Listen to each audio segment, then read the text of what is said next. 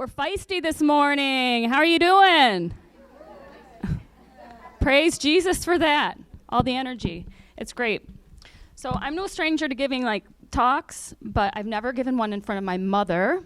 So if you don't like it, make sure you don't say anything in front of this lady over here. I don't think she would like it. So anyway, my talk is titled "The Lifelong Struggle with a Firm Death Grip of Controlling and Planning Life: A Mother's Tale." So I just thought that praying and reflecting on what to share with you today, I just thought that I give the best witness, I think, when I share my personal experiences. So I figured I would do it give this talk by way of testimony. So just as a little bit of background, I was born a complete controlling freak. I just love knowing what's going on, who's doing what, planning what I'm doing next.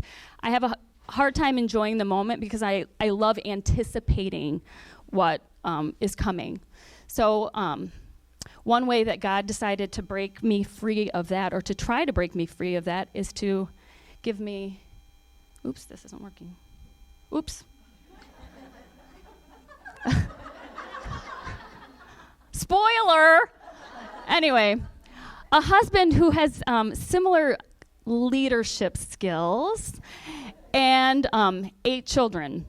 So trying to do life as a controlling planner with a husband who also is kind of controlling, but in a charming way, and 8 kids with very different personalities, very different outlooks on life. But to give you a little background of what a day in the life of my life looks like is doing laundry till I'm dead. This is actual footage of me doing laundry. It never ends. I saw a meme several years ago that said something like, do you ever just wash, dry, fold laundry, put it away, and then see a whole bunch of people in your family walking around with clothes on?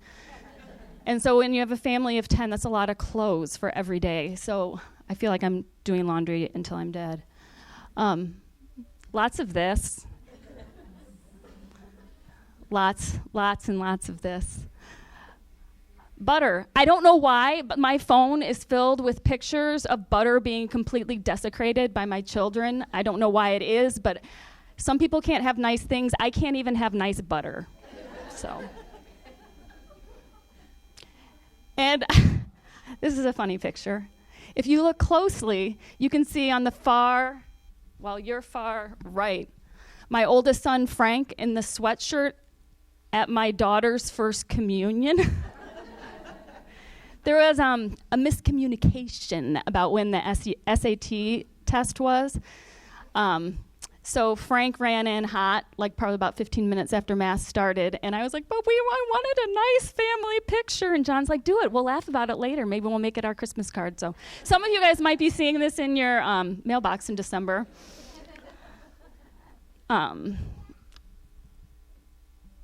So there we are, family of 10.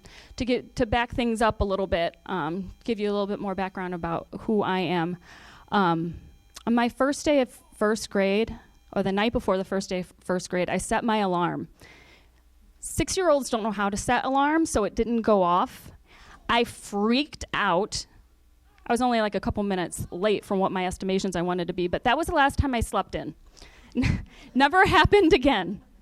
I am very time-oriented. My husband will often say to me, he's like, do you know what time it is? I'm like, I think it's probably about 9:42. And he'll look at his clock. He's like, how do you do that? I have no idea. Daylight savings kind of throws me off, so it's going to take me a week to get back on track. But I always had my life planned out. I knew that shortly after college, I was going to get married. I was going to be a teacher, get married, have a bunch of kids. And as kind of life went on, I was in college. I was dating a guy. And my goodness, Mom, what did you think when I brought him home? We were dating for several years, and I just thought, oh my gosh, I have to get married to this guy because I'm going to get married right after college. And I know, because I had to follow the plan, right? So one time we were driving, and he lived kind of far away. We were going to visit his family, and we were going on the way to this family party. And I looked at him, and I was like, I think we should break up. And I did one of these afterwards because it was not premeditated. I didn't think about it. I just said it, and I was like, oh, yeah, I really do. And we went to the party, which was a little bit awkward. He drove me home, which, again, was really awkward. And he's like, do you really mean that? I was like, yeah, I do. And so I got home, and I remember I told my parents, and I cried. And I cried. I was like, I don't miss him. I just feel like I'm afraid I'm going to be alone. And I had no realization that I didn't understand that until actually like the words left my mouth. So I was probably about 23 years old, feeling like I was old and going to be lonely for the rest of my life. And I dated a bunch, but I just felt like there was just so much that I had to unpack when you meet people out of college. You know, when you're in high school and when you're in college, you kind of know their parents, you know their friends, you know their baggage without them even having to share it with you. And so I just kind of felt like this dating scene is not for me. I'm so sick of it. And so one time in October, I went to Mass, and St. John's used to have this 7 p.m. Mass. I know Mary Lockwood was there. I went there most Sunday nights. Father John Ricardo was doing the Masses there. And as Father John Ricardo often does, he hit it out of the park. He was talking about marriage, and the whole homily was on, it is not good for man to be alone. I just felt like, I don't remember the exact words that he said, but I remember it like really piercing my heart. And I was struggling with these feelings of this strong desire. I felt like I should be a wife and a mother. But at the same time, I felt like I was a third grade teacher, and all my friends had basically left Northville. I was living with my parents. I was like, where am I going to meet this guy? Plus, on top of that, like, unpacking all the layers of the onion to figure out who this guy actually was, if I ever found him. And so after Mass, I knelt down and I prayed probably about 10 minutes. And I got up, the chapel was empty, except for one guy from my high school, John Woodsum. Spoiler, it's that gentleman right there. And it's funny because I stood up and I said to myself, I was like, I wonder what he did last night. Like, I thought he was repenting, and maybe he was. I won't speak for him. But about a month later, a friend had a going away party, and he was there, and we kind of started talking. And long story short, we were married about a year to the date later. And so when we were getting married, again, I told you John likes to plan. It's his leadership skills showing through. And one night, if you guys remember Cooker, we went to Cooker, and we were kind of planning out our lives. So he took a napkin and a pen, and he wrote down what job he was going to have and how much money he was going to make and what title he was going to have and when we were going to have kids, 3 to 5 years. I was going to stay at home, and we would be doing this, that, and the other. And so we got married. Remember, we were waiting 3 to 5 years to have kids. We were doing natural family planning because planning. We love the word. But you have to do it, actually, in order for it to be effective. So we found ourselves pregnant with our first son 6 months after we were married. And it ended up being the biggest blessing because we both found this vocation. We knew we wanted to be parents, but actually living out the vocation. I remember I was in labor for like 3 days. I will not get too graphic, but it was a pretty intense labor.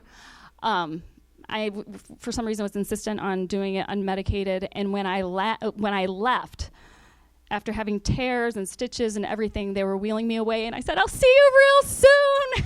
Like, I kid you not, I actually waved, smiled, and said that. Like, I could not wait to come back and have another baby. So that kind of changed our plans for our kids. And we were having babies, and more babies, and more babies, and we found ourselves drowning in babies. And by the time our oldest was 6 years old, we had 5 kids.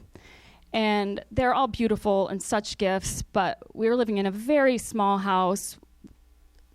Money was tight. I wasn't working. We had 3, this is funny, we had 3 kids in one room, just in mattresses on the floor. Another child, Josephine, our oldest daughter, was in a crib, and we had Lewis, our 5th. He was actually sleeping in a foyer. We put a shower curtain up. and that's where his bedroom was. But in prayer at one point, I felt like God was tugging my heart to have another kid. It did not make sense for us to have another kid, by the way. And I told John, I said, I think we're supposed to have another kid. He's like, we cannot have another kid in this house, Kristen. It's too small. I'm like, well, maybe we should move. And this was right after the housing crisis. Things were not in our favor. And I was like, well, I heard about this Holy Spirit novena. I'm going to do the Holy Spirit novena. We'll see where that leads us. And so I did the novena, and I remember the two oldest kids were at school at the time. It was nap time, and for some reason I was sitting on a chair in my driveway, which is not something I typically ever did. It's probably the only time I ever did that. And I'm praying the novena during nap time, and the mail truck comes up. So after the novena is done, I go to the mail truck. I get a piece of mail from one of John's relatives that's never sent us any mail before, and it was a check for a large sum of money. And she's just like, just thought this might help you guys out. And it, without going into too much detail and getting it long-winded, long story short, we decided that if this was really a prompting for God for us to move into a bigger home, that we would fill it.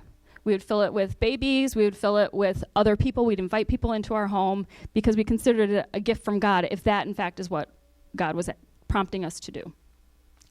So we went on the search for a house, and we ended up buying a house that it wasn't the prettiest house, it wasn't the nicest house, but it had a lot of space, and it made a lot of sense for our family and for what it is that we wanted to do. And so again, like just another example of God answering a prompting of my heart that we didn't even know that we would have. When we got married, John wanted to have 3 or 4 kids, I wanted to have 4. And so we were already at 5, and here we were like desiring another child. That seems so silly. And believe me, it seems so silly because people would tell me that every time I left the house with the children. So we found the house, we put in an offer. Eva was conceived that night. Sorry, Mom. Right. Yeah, that was the 6th time that we did that. So.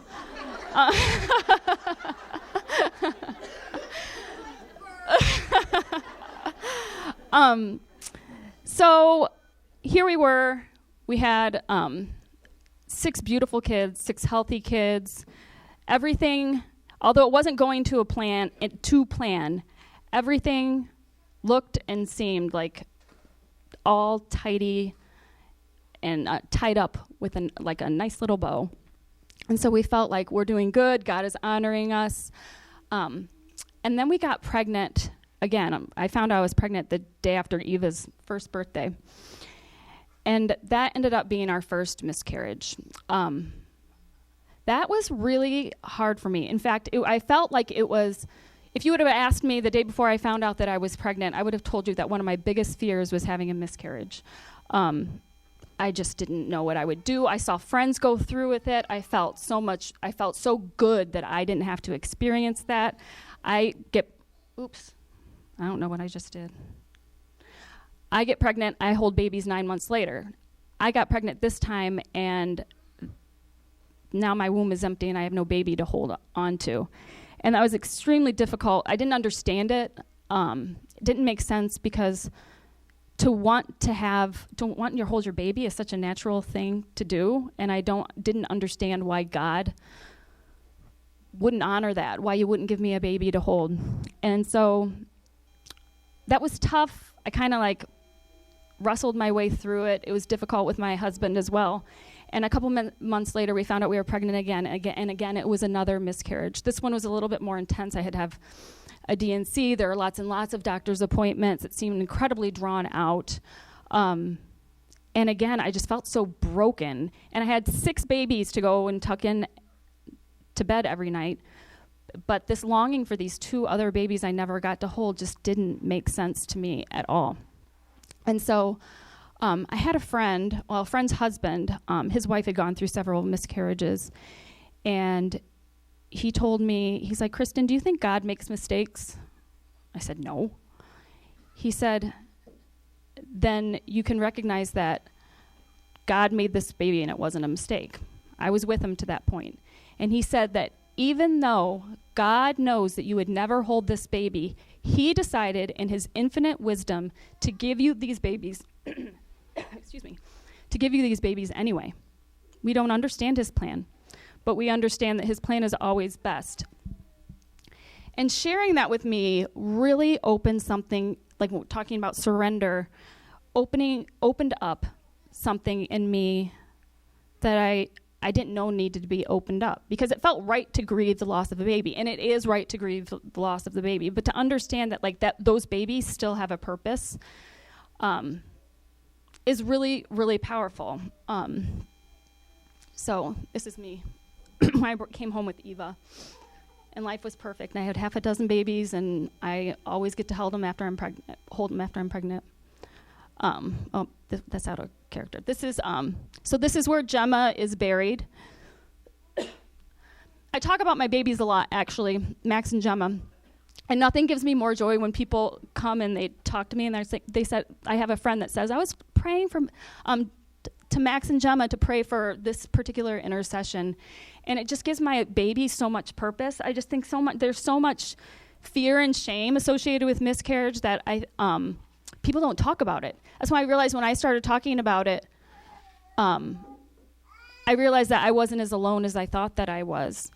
And so by me talking about my babies, thank you very much, it gave a place for people to go.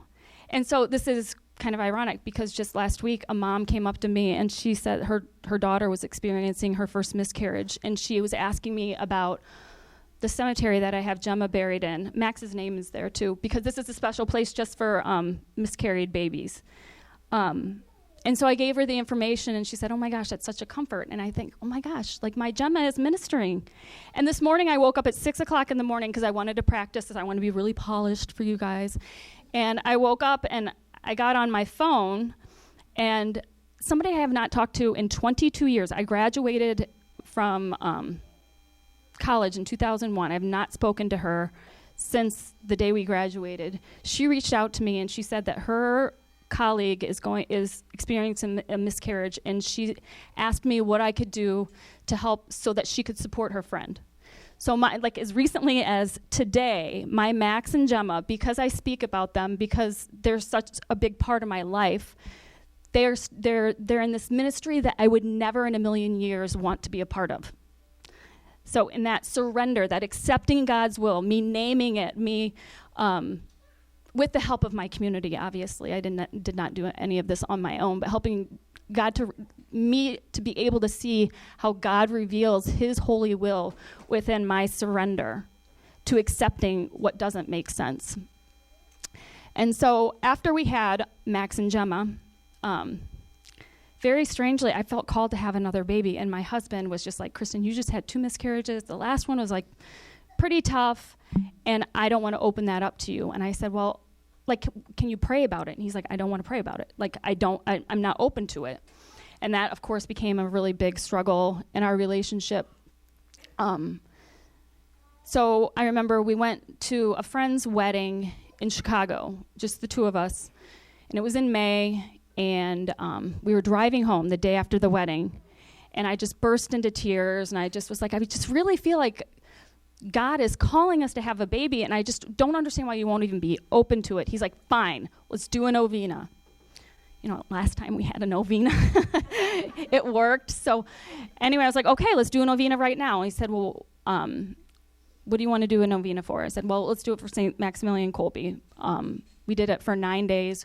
We did it in the morning together, and after we did the sign of the cross after the prayer, he's like, nope, still no baby. I was like, okay. And he got home. He's like, Kristen, I really feel like we're called. I was like, wait. Then all of a sudden I was really hesitant. I was like, are you in? I don't want you blaming me if we get pregnant and if we don't get to hold this baby. And he's like, no, I definitely think that we should get pregnant. And so getting pregnant was always very easy for me.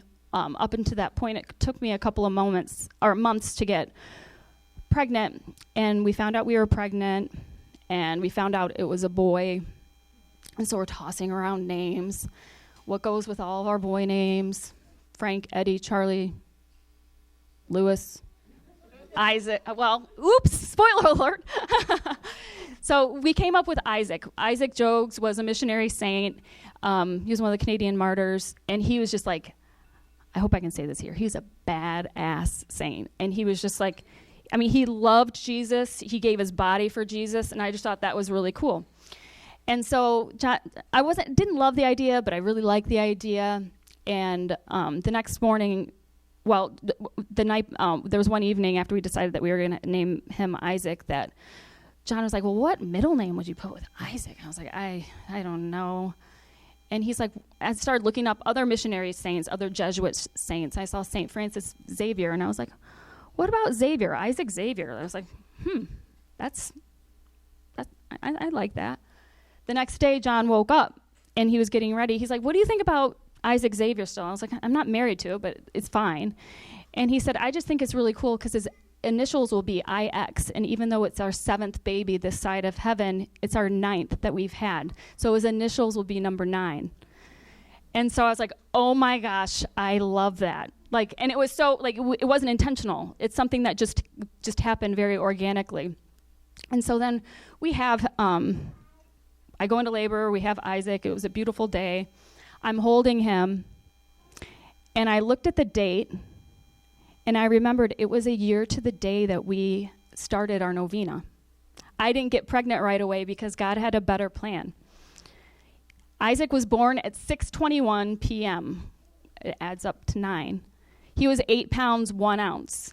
Adds up to 9. Like, everything about this little guy screams number 9, and none of it was manipulated. And I just think that that's another, like, reassurance of God just honoring, like, saying, like, I'm here. I was here for you through all of that. And looking back on those moments of when I gave up control, or God kind of, like, tried to peel off my fingers from the death grip that I had on my unholy will, that I look back on that, and when I was surrendered, and sometimes I was forced to surrender or accept his plan that I would never ever want, but that always, each and every time I've done it, led to something much better than I could have ever imagined. And so I look back on that, and it makes it easier. I still struggle with surrender. You can ask my husband and my children, but I look back on those times, and I know that he's there. Like, I've got the proof, and I believe in my heart that all of you have the proof that God will help you when you surrender. And a lot of it is just taking the time to reflect on where he was during your hardest moments in your life, reflecting on who he put in your path during those times and what he revealed to you during those times, and just looking back, and it gives you a little bit more peace with just letting go just a little bit more. So I have some questions for you to reflect with your group. Number 1, what stood out to you most about the talk? Number 2, what areas of your life are difficult to surrender to God? And finally, has God ever revealed to you that he has a better plan for your life than the one you had? What did that look like? Thank you.